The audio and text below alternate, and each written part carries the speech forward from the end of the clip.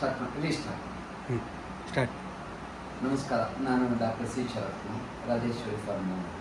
ತಾವೆಲ್ಲ PS engineering ಕಾಲೇಜಿಂದ ಬಂದಿದ್ದೀರಿ ಅಂತ ಗೊತ್ತಾಯಿತು. ತಾವೆಲ್ಲ ತಮ್ಮ ಪರಿಚಯ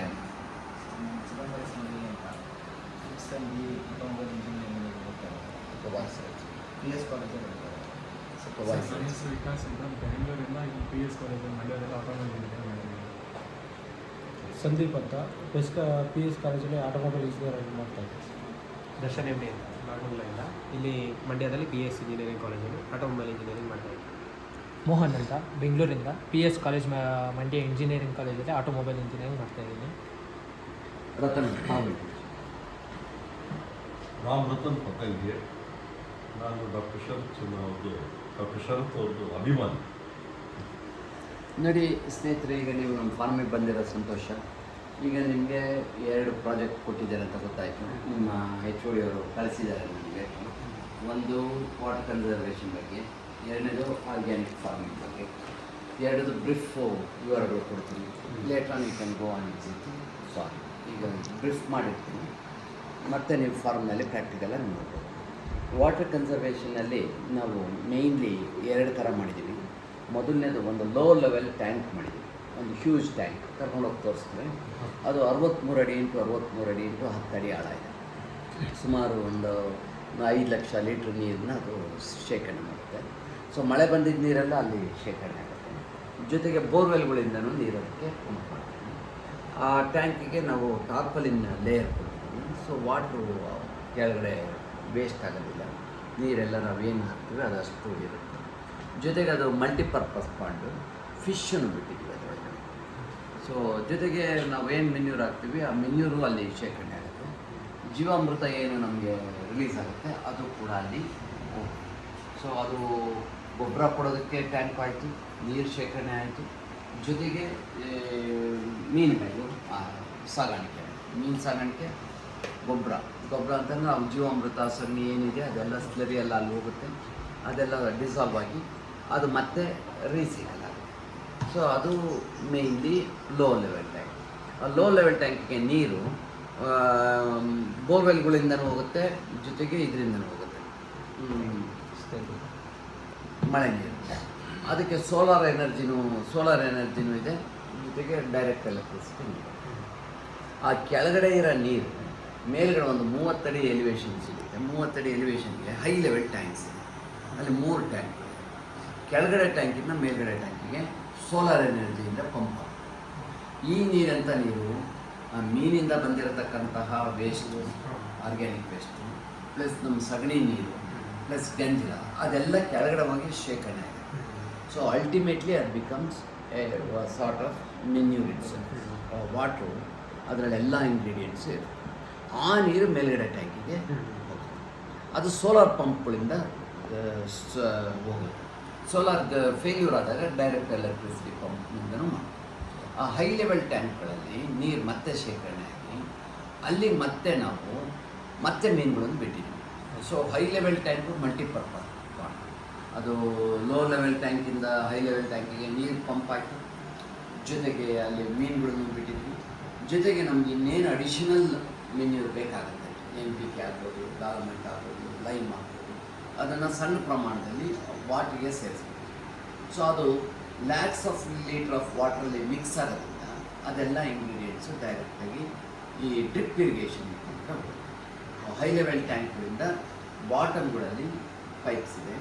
ಬಾಟಮ್ ಪೈಪ್ಸು ವ್ಯಾಲ್ವ್ನಲ್ಲಿ ವರ್ಕ್ ಆಗುತ್ತೆ. ಗೇಟ್ ವ್ಯಾಲ್ವ್ ಓಪನ್ ಮಾಡಿದ್ರೆ ಆಟೋಮೆಟಿಕ್ಕಾಗಿ ಇಡೀ ತೋಟಕ್ಕೆ ಡ್ರಿಪ್ ಇರಿಗೇಷನಲ್ಲಿ ನೀರು ಹೋಗುತ್ತೆ. ಅದಕ್ಕೆ ಮತ್ತೆ ನೀರೇನು ನಮಗೆ ಎನರ್ಜಿ ಬೇಕಾಗಿದೆ. ಸೊ ಎನರ್ಜಿ ನಾವು ಯೂಸ್ ಮಾಡೋದು ಲೋ ಲೆವೆಲ್ ಟ್ಯಾಂಕಿಂದ ಹೈ ಲೆವೆಲ್ ಟ್ಯಾಂಕಿಗೆ ಪಂಪ್ ಮಾಡೋದಕ್ಕೆ. ಒಂದು ಸರಿ ಪಂಪ್ ಮಾಡಿದ್ಮೇಲೆ ಮತ್ತೆ ನಿಮ್ಗೆ ಏನು ಎನರ್ಜಿ ಬೇಕಾಗಿದೆ. ಯಾವಾಗ ಬೇಕೋ ಇವನ್ ಮಿಡ್ ನೈಟ್ ಬೇಕಾದ್ರೂ ಬೋರ್ ಟ್ಯಾಂಕ್ ನೀವು ಯಾವಾಗ ಬೇಕಾವಾಗ ನೀರನ್ನು ನಿಮ್ಮ ತೋಟಕ್ಕೆ ಹಾಯಿಸ್ಬೋದು. ಅದು 7 ದಿಕ್ಕಿನಲ್ಲೂ 7 ಪೈಪ್ಗಳಿದೆ. ಆ ಪೈಪ್ಸ್ ಅಂಡರ್ಗ್ರೌಂಡ್ ಇರುತ್ತೆ. ಅದು ಅಲ್ಲೆಲ್ಲ ಡ್ರಿಪ್ ಕನೆಕ್ಟ್ ಆಗಿದೆ. ಆ ಡ್ರಿಪ್ ಮುಖಾಂತರ ಇಡೀ ತೋಟಕ್ಕೆ ನೀರು ಹಾಯಿಸ್ತಾರೆ. So low level tank, high level tank works only on gravity irrigation. By gravity pressure the entire land is. So ಇದ್ರದ್ದು ಏನು ಅಡ್ವಾಂಟೇಜ್ ಅಂದರೆ ಲೋ ಲೆವೆಲ್ ಟ್ಯಾಂಕಲ್ಲಿ ನಮಗೆ ನೀರು ಯಾವಾಗ ಸಿಗುತ್ತೋ ಅದು ಸ್ಟೋರ್ ಮಾಡ್ತಾರೆ. ಮಳೆ ಬಂದಾಗಲೂ ಸ್ಟೋರ್ ಆಗುತ್ತೆ, ಬೇರೆ ಟೈಮ್ನಲ್ಲಿ ಬೋರಿಂದನೂ ಸ್ಟೋರ್ ಆಗುತ್ತೆ. ಅದನ್ನು ಹೈ ಲೆವೆಲ್ ಟ್ಯಾಂಕ್ಗೆ ನಮಗೆ ಸೋಲಾರ್ ಎನರ್ಜಿಯಿಂದ ಪಂಪ್ ಮಾಡಿರ್ತೀವಿ, ಬೇರೆ ಟೈಮ್ನಲ್ಲಿ ನೀರು ಅಲ್ಲೇ ಇರುತ್ತೆ. ಸೊ ಸೋಲಾರ್ ಎನರ್ಜಿಯಿಂದ ಪಂಪ್ ಆಗಿದ್ದ ನೀರು ಆಲ್ರೆಡಿ ನಮಗೆ ಹೈ ಲೆವೆಲಲ್ಲಿದೆ. So kinetic energy already stored energy. ಅದು ನಮಗೆ ಯಾವಾಗ ಬೇಕು ಅವಾಗ delivery.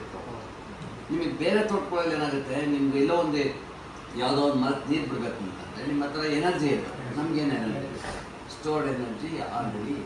So this is the water conservation. Apart from that ಇಡೀ ತೋಟದಲ್ಲಿ ಎಲ್ಲ ಕಡೆ ಟ್ರೆಂಚಸ್. ಸೊ ಅಡಿಷನಲಿ ಇನ್ನೊಂದು ಮಲ್ಟಿಪರ್ಪಸ್ ಪಾಂಡ್ ಇದೆ, swimming pool come water. So swimming pool ಥರನೂ ಯೂಸ್ ಮಾಡ್ತೀವಿ, ಅದರಲ್ಲಿ ಸ್ಟೋರ್ ಆಗಿರೋ ವಾಟ್ರು ಡೈರೆಕ್ಟ್ಲಿ ಬೋರ್ವೆಲ್ಲಿಂದ ಸ್ಟೋರ್ ಆಗುತ್ತೆ. ಇದಕ್ಕೆ ಮೀನು ಬಿಟ್ಟಿಲ್ಲ, ಕೆಮಿಕಲ್ಸ್ ಪ್ಯೂರ್ 100% ಬೋರ್ವೆಲ್. ಸೊ ಡೈರೆಕ್ಟಾಗಿ ಸ್ವಿಮ್ ಮಾಡ್ಬೋದು, ಕ್ಲೋರಿನ್ ಮಾಡ್ತೀವಿ, ನೀವು ಒಳಗಡೆ ಹೋಗಿ ನೀರು ಕಣ್ಣನ್ನು ತೆಗಿತೀವಿ. ಆ್ಯಂಡ್ ಇದು ವಾಟ್ರು ಡೈರೆಕ್ಟ್ಲಿ ಮತ್ತೆ ಕೆಳಗಡೆ ಬಾಟಮಿಂದ ಕೆಳಗಡೆ ಲೋ ಲೆವೆಲ್ ಟ್ಯಾಂಕ್. ಸೊ ನೀರೇನು ವೇಸ್ಟ್ ಆಗುತ್ತೆ, ಕಂಟಿನ್ಯೂಸ್ ಆಗಿ ಪಂಪ್ ಆಗ್ತಿರುತ್ತೆ, ಹೋಗ್ತದೆ. ಹಾಗಾಗಿ ನಿಮಗೆ ನೀರನ್ನ ಕ್ಲೀನ್ ಮಾಡೋ ನೆಸ್ಟಿನ, ಕ್ಲೋರಿನ್ ಆ್ಯಡ್ ಮಾಡೋ ನೆಸ್ಟಿನ ಯಾವಾಗ ಬೇಕೋ ಅವಾಗ ನೀವು ಸ್ವಿಮ್ ಮಾಡಿ. ಸೊ ಇದೊಂದು.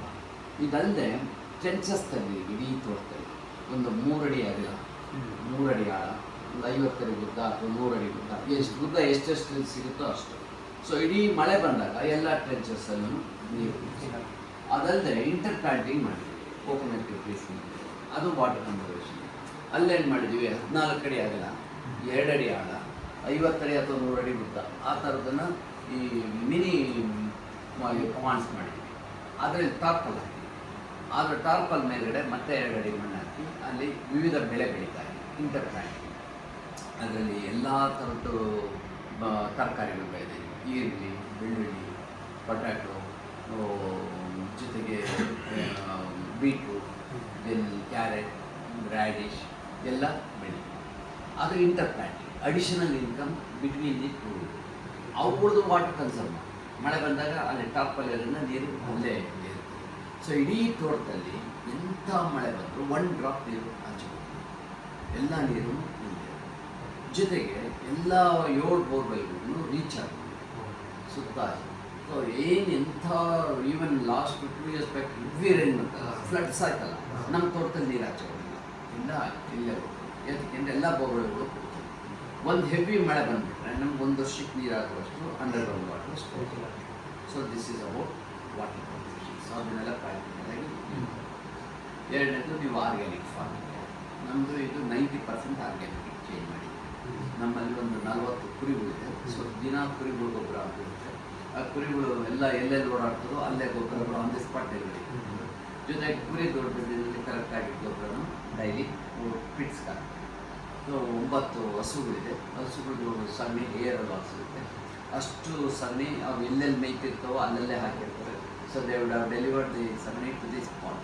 ಸೊ ನಿಮ್ಗೆ ಆಲೆ ಬರಲ್ಲ ಕಡಿಮೆ, ಗಂಜನೂ ಅಲ್ಲೇ ಕೊಟ್ಟಿರ್ತಾರೆ. ಜೊತೆಗೆ ನೈಟ್ ಬಂದು ಮಲಗಿದಾಗ ಪೈವ್ ಶೆಡ್ನಲ್ಲಿ ಅದಕ್ಕೆ ಶೇಖರಣೆ ಆಗಿದ್ದನ್ನು ಬೆಳಗ್ಗೆ ನಾವು ಪಾಂಡ್ಗೆ ಹಾಕೋದು, ಪಿಟ್ಗೆ ಹಾಕ್ತೀವಿ.